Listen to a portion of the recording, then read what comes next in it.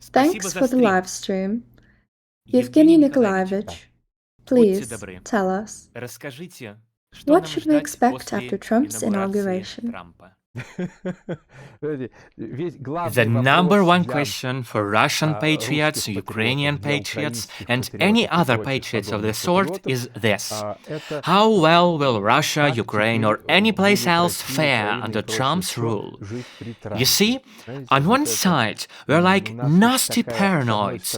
Oh, we'll raise our fences high around us, we'll dig our trenches deep. And on the other hand, it's more like, what now? What's Trump up to in America? Classic schizophrenia. The same thing is happening now between the ex-brothers of Ukraine, who, let's be honest, after the inauguration, might end up as brothers again, or cousins at the very least. Brothers, after all, can do everything from hugging to stabbing each other in the back. Alright, back to those brothers of Ukraine. They are fancying the same questions. And to many of those questions, I already gave my answer just 2 hours after the election results started rolling in. The very next evening after the US elections, I made a video, so go watch it well after this live stream.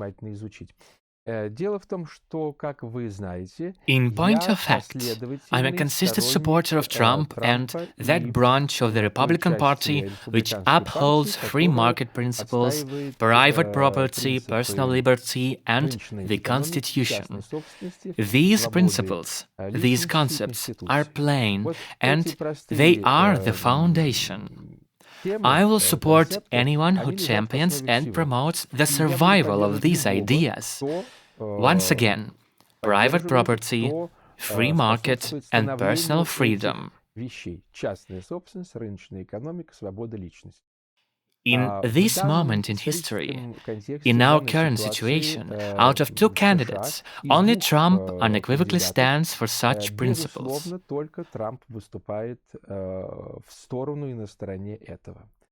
Not Biden, who in addition is affected by severe cognitive issues and completely incapable of performing any meaningful work due to his medical condition. As for Kamala Harris, the same applies, though in her case, while Biden's problems stem from his advanced age, hers are of a different sort. Let's just say they are cognitive, psychological, and belong squarely in the psychiatrist realm. Furthermore, let's not forget the leftist who propped these two up, because neither Harris nor Biden is self-sustained. They're just talking heads pushed forward to peddle the leftist agenda, gulags, both concentrational and digital, total surveillance, the stripping of private property, and robbing hard-working people blind, all to fund hicks and rabble who not only refuse to work, but might have infiltrated the country illegally. And these freeloaders, while enjoying the lives of sluggards, have the gall to act rude, spread insanitation, loot and plunder, even commit terrorist attacks. It's absurd. Never in the history of the world has anything like this happened. A government feeding its enemies and invaders to the tune of billions of dollars. Unprecedented. Yet that's precisely what's happening now in Europe and the USA. And I must say, the so-called deep state, what pigsville of a word, what is this thing exactly? They are officials.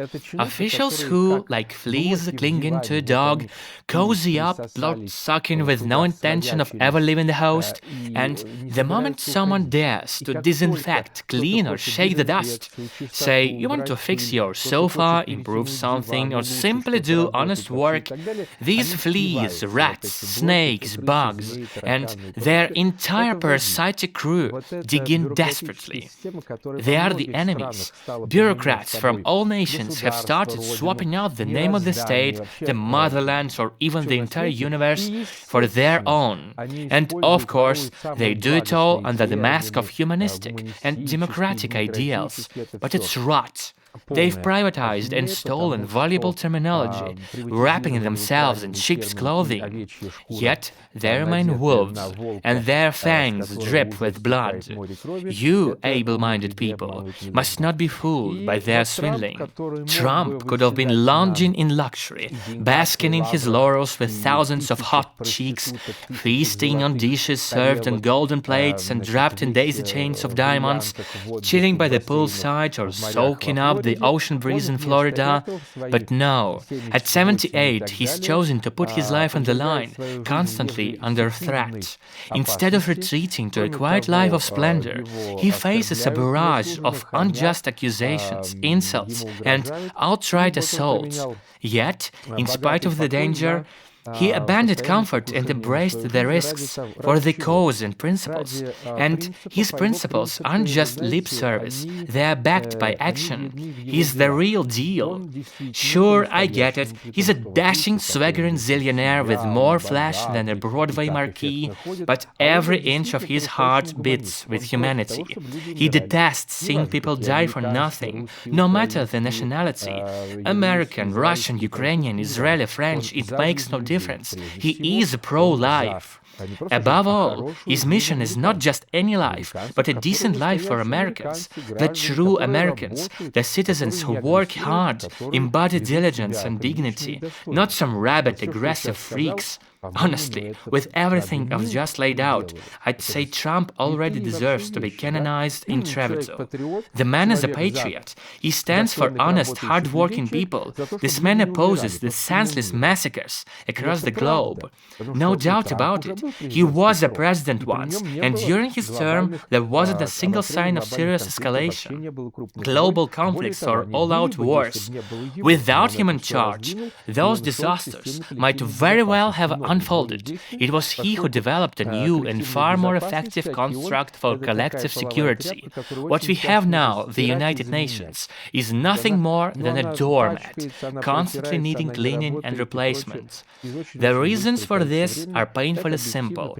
Primates have always lived this way. The average primate is a wicked, aggressive, hysterical imbecile.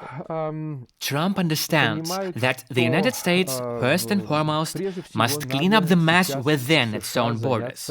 That's exactly what all good and sensible leaders do. Tend to your home first, then go off seeking adventures.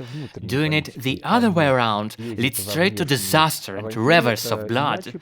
Trump is no fool. He realizes that the United States, arguably the strongest power in the world, is also the most fragile.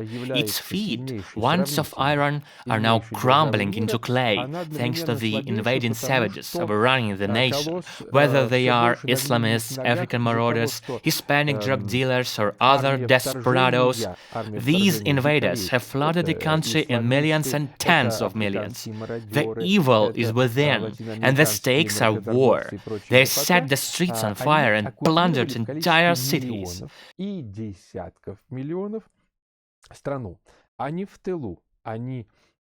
Открыто воюют, они сжигают улицы, да. So, before turning his focus to foreign affairs, any true statesman, if he's not a dim-witted loggerhead or outright traitor, must first put his own homeland back in order, and that is exactly what Trump intends to do. Generally speaking, cleaning out these messy stables will be an Augean task for Trump. Check mythology books and you'll see what I mean. Like Hercules, Trump is a classical hero, both cut from noble cloth, both born and raised above the mediocrity. Speaking of ancient heroes, and the entire pleiad of them, along with gods and titans, is a delightful subject to muse over. Nothing like that exists today, and that's the real tragedy. Just take the Trojan War, for instance, brimming with colorful characters. And today, no proper words suffice to describe what's going on now. So yes, Trump has the Herculean job of fixing what's been ruined over the last 30 years. Because, you see, if for 3 solid decades 200 or 300 million primates were wasting billions and pouring enormous energy day after day into all the wrong things, the damage inflicted is beyond massive. Imagine the challenge it poses for one man, sure with his administration in tow, sorting through the wreckage. Situations like this appear in the world's history. Take Napoleon, for instance, and someone else will eventually be charged with similar tasks elsewhere. So, the most grievous and torturous mission in human history has fallen squarely on Trump's shoulders, and there are aggravating factors aplenty. The sabotage that plagued his first term won't suddenly vanish. Sure, with the Republicans now holding the majority in Congress, things might be a tad easier, but only slightest. And now he possesses a mandate, a mere palliative to brace before diving headfirst into the filth and ruins. Besides, leftists have been squandering the budget. They've piled on a dung heap of laws openly supporting terrorists, thugs and marauders. Every last one of them must be repealed. The budget needs to be restored, and the marauders kicked out of the country. Leftists ruined the industry, including the oil sector. This must be rebuilt from the ground up, and that's exactly what Trump is going to do. He knows perfectly well that it's unwise to put the cart before the horse. First, he'll secure monumental successes in domestic policy and the economy, and it won't take long so long as nobody throws a wrench in his plans. Only after that will he turn his attention to foreign affairs. And when he does, the effectiveness of his foreign policy will be so precise and forceful that, given the sheer might of America's punch, problems will be solved without the need for tanks or rockets. The strength of this nation is enough to cast the kind of impression on totalitarian regimes and dictators that even the most thick-headed of them will understand one simple truth: the United States can fuck them hard if necessary. But right now, America is strong only in theory, strong historically and technically, but not in practice. The engine's stalled and it won't start. The entire system is sick, riddled with invaders, traitors, fools and leftists. It's one giant pustule of dysfunction. And before Trump can move forward, he must muckrake all of it. Onwards! Listen up, puppies.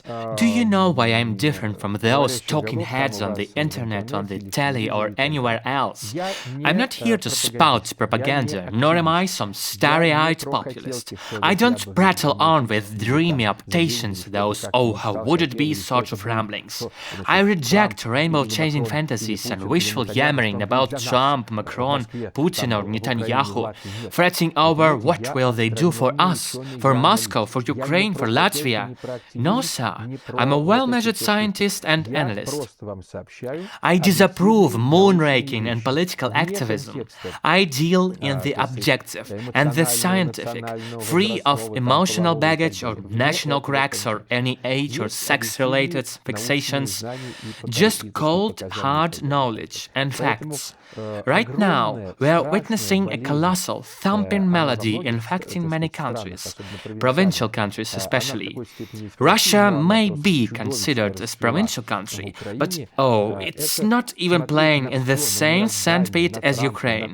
The melody's most glaring symptom is this: viewing Trump, the universe, black holes, the sun and everything beneath it through the prism of your own piddling hamlets. Not Ukraine as a whole, mind you. Just one rickety statin of vyshivanka shorter your blasted pail of soup. It's pitiful, it's ridiculous, it's wild, and, if I'm being honest with you, this approach of yours is unprofitable. Why, pray tell, are you so fixated on yourselves and what Trump can do for Ukraine? I'll tell you why. Because you've been marinating for centuries in your cornball cocoon of selfish hog-robbing. Every nation has its quirks, good and dreadful alike. Yes, even the well-civilized ones. Take the French or the Italians. They're riddled with quirks, and not all of them are charming. The same goes for Russians and Ukrainians, but the Ukrainian flavor of selfhood is swinish to the core. Nobody else in the world, not even the Africans or Arabs, can match you. And so, that's the ferment, the yeast or manure or compost that puffed up this warped little worldview of yours, born of years spent gazing out from the windows of a shack. What an idiotic life it is. And hasn't it already served you poorly? Oh, and let me clarify, I'm not referring to the good, charming, intelligent, decent and intellectual Ukrainians. I'm talking about the rabble and drags, the ones cavorting like hasted lunatics at a country fair. Right, now let's talk about those bruises you've taken. For years you've behaved opprobriously, humiliating Trump and the Republican Party, the very people who, before anyone else, handed you serious weapons, along with money and protection. These weighty, powerful and prominent gentlemen represent the nation upon which you are utterly dependent. From stem to stern, fore and aft, toto kilo. I'm sorely tempted to throw in a few choice words here, but I trust you catch my drift. If not, well, that's your problem. Well, despite your in-tutelage status, you've spent at least 4 years acting ruggedly against Trump and the Republicans. Now I must ask my followers, or even my haters, it doesn't matter, to dig up my posts and interviews from those 4 years. I repeat, it's absurd, wrong and foolish, not to mention a complete breach of good manners, for certain types of Ukrainians to bite the hand that feeds them. The patrons you're fully dependent on now and will most certainly remain so. Didn't I warn you, you cretins? Now it's Trump time.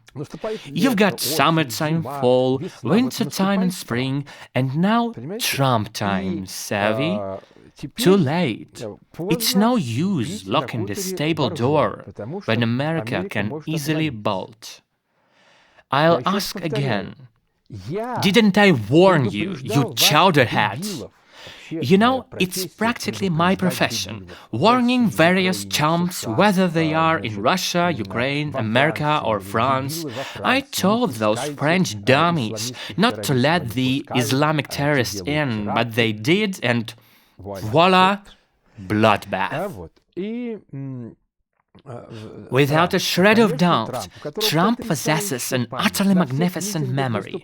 During his rally speeches, he can recall an astonishing number of names, not just his party members, but their families too, their wives, their exes, their parents, their children, their secretaries, and so on. It's dead unbelievable. Even if some speechwriter cooked up his speeches just to show off, you know. Not just anyone could manage to remember all that. Well, Biden most certainly couldn't, he's a complete retard. But even among gifted politicians, it's very unlikely anyone could match this level of recall. The fact is, Trump's brain is a powerhouse. No, I'm not saying he can quote all of Rilke by heart or dabble in molecular chemistry. But when it comes to his business, the man is point device, sharp as a tack with a memory of steel. And, well, you know me, I always make sure to take revenge on my enemies. So I do hope Trump will get his revenge too. Today, people seem to be having a meltdown. Oh, but what if Trump yields Ukraine, or what if he does this and that? Listen, despite Ukraine and its government, along with its masses, having done more than enough not just to be yielded by Trump, but personally chastised by him, I am absolutely confident he won't do it. I'm sure of it, and time will prove me right. His actions will be rooted in unflinching realism, because nothing but realism ever worked in politics or military affairs and never will. That's my first point. He'll stay true to reality.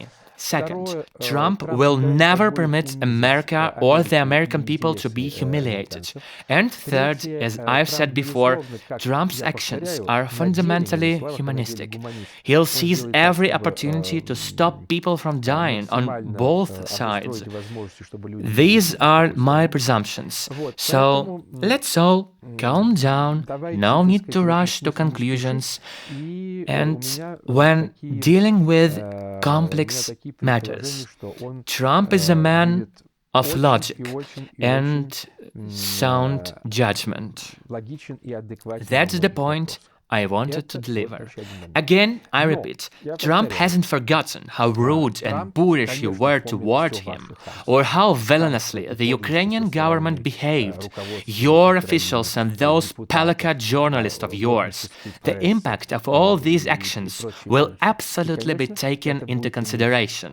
How could it be otherwise? You revel in being grossly ungrateful toward your benefactor and expect no repercussions? Think again. That said, as I've already told you, the retribution will be mild. I suspect he'll be generous, and I repeat, I never substitute my observations with personal wills and nils, sympathies or antipathies. I simply report what I observe and conclude scientifically. For the record, I've never been wrong up to now. Next, I want to emphasize this. Trump is, without question, a brilliant politician, self-sustained even, but more importantly, he is that rarest of creatures. He's a statesman, and let's face it, there aren't any statesmen around these days. You could scour every country ever established, and if luck and Darwin himself are on your side, we might, if the stars aligned, find 1, 2, or maybe 3 at max. The only names that come to mind are Trump and Javier Milei. They can rightly be called statesmen. That's who Trump really is, a statesman, capital S. And these recent appointments he's made clearly demonstrate they're not just about consolidating power. He's laying the groundwork for sweeping developments, grand developments for the government, society, public safety, and the prosperity of the people. These aren't empty gestures for show. And it caught my attention because moves like this are sort of miraculous, almost fantastical. Compare that to the overwhelming majority of deputies and officials worldwide. Even presidents, prime ministers, or whatever bossy titles they're given. They aren't just light years away from being called statesmen. No, they're little more than a worthless gaggle of tax-funded parasites, chomping down on national budgets. Sure, some of them like to imagine they're important and oh so busy, but it's all baloney. They're nothing but worthless and crumbs. Trump, I repeat, comes from a wealthy and distinguished lineage. No bizarre fixations, no desperate scrabbling for political authority to pocket cash or chase fame. He's already rich and famous, and this is precisely why I champion private property and capitalism. It's the system that makes great achievements possible. Sure, every system has its nuances, its pros and cons, but let's be real. When you stock them up, leftism, with the inhuman crimes of communists and socialists, is utterly unparalleled. And, of course, Trump's rise also serves as his chance to settle scores. But is it truly revenge? No, it's the restoration of justice after being relentlessly slandered. And let's not forget, calumny is a crime. Trump has already filed lawsuits against the fake news media, suing them for billions. That's a shrewd and righteous move, and soon enough, I'll do exactly the same. What? You thought I'd let it slide? Every bastardly fascist huddle, from the TV channels and gutter press, every one of you who dared to spew your lies about me over these months and years, you shit-headed sons of whores, will get what's coming to you. Rest assured, I'll deliver it. Trump's blazing this trail in America, standing tall against their local repression-loving hellkites. I've suffered repression here, just as he endured it there. Oh, have you heard? It just happened recently. All charges against Trump were simultaneously...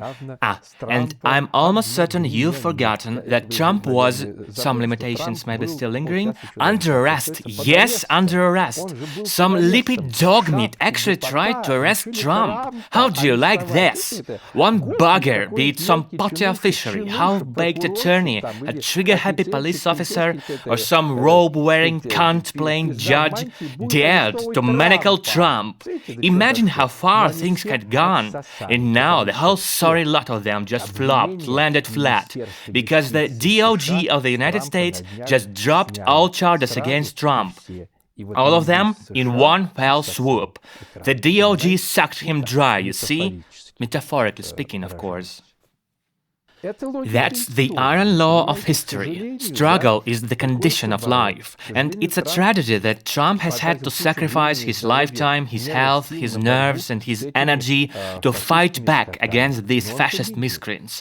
Yet he stands victorious. Victory is always possible, but regrettably, the vast majority of people are conformists, and conformists are the very yeast of fascism. They are its foundation, not the vociferous, raving lunatics with flags.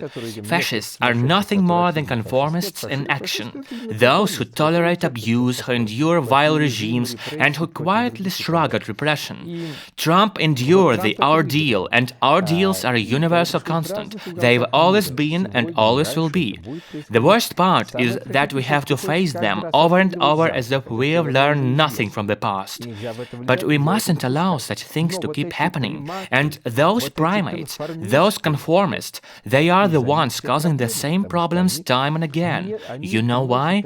They hate successful, strong-minded individuals, and even if they don't actively hate anyone, their mediocrity, their lack of talent, their uselessness and their cowardice makes them dangerously tolerant of harm when it happens to others. It's despicable.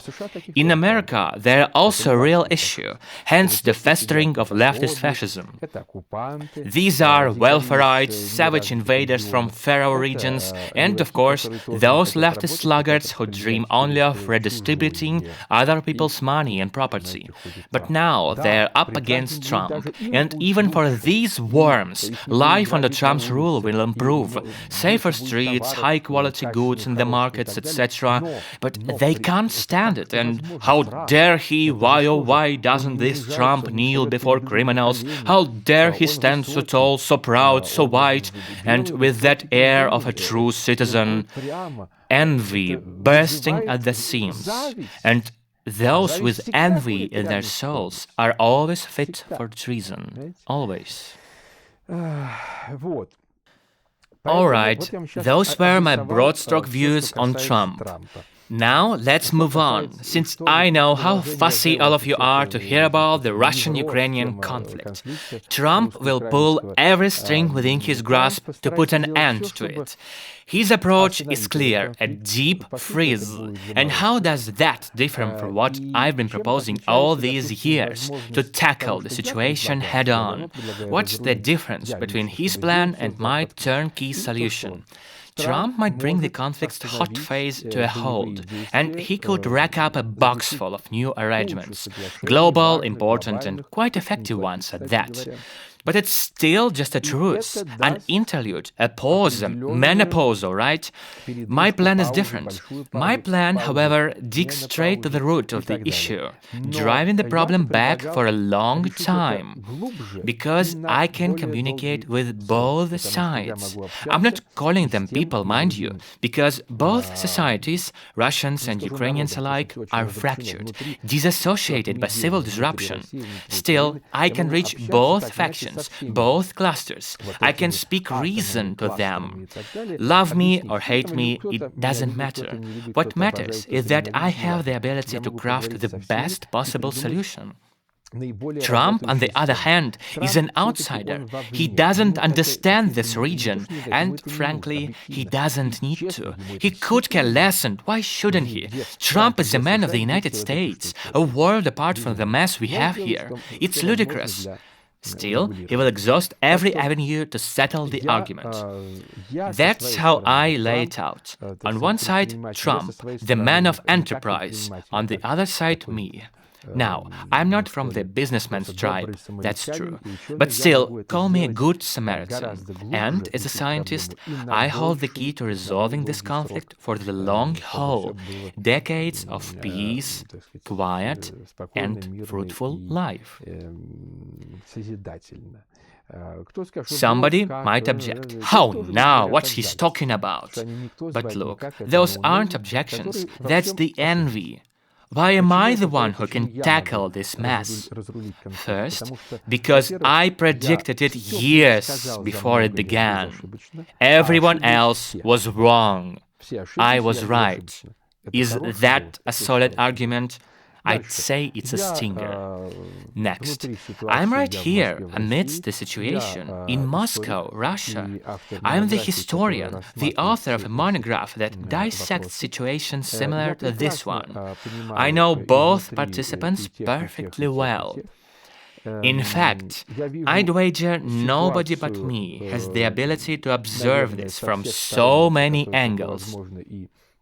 And yes, my sanity remains intact, unlike the many poor souls who've obviously lost their marbles along the way. It's a tragedy, really, to watch people go completely off their rocker. What's more, my audience is vast and includes people from both sides of the barricades.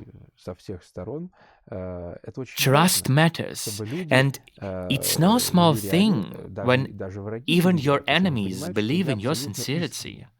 They can see that I never missed the mark. Sure, out of envy they spit their venom and bile, but deep down they know where the truth lies.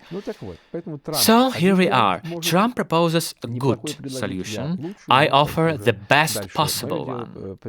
That's my duty, to make the offer. You see how firm and steady I am? No fuss, no spoon-feeding.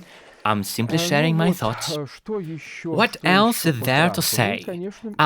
Of course, you must understand that Donald Trump, the President of the United States, is using my terminology, my concept, and even my title, common sense. He said it himself. We are the party of common sense. That's my term, word for word, the party of common sense, the channel of common sense where we are broadcasting this live stream. And it was the centerpiece of his victory speech. Why did he do this? Because Trump's aides have been reading my works for years, and perhaps we can arrange some collaboration for the greater good. Now, pay heed and mark my words, my dear foe comrades and scurvy punks. You really wanna pick a fight with me, knowing Trump and I under the same colors? Use your Gulliver for acting. Aren't your yarbles too weak for a proper tango?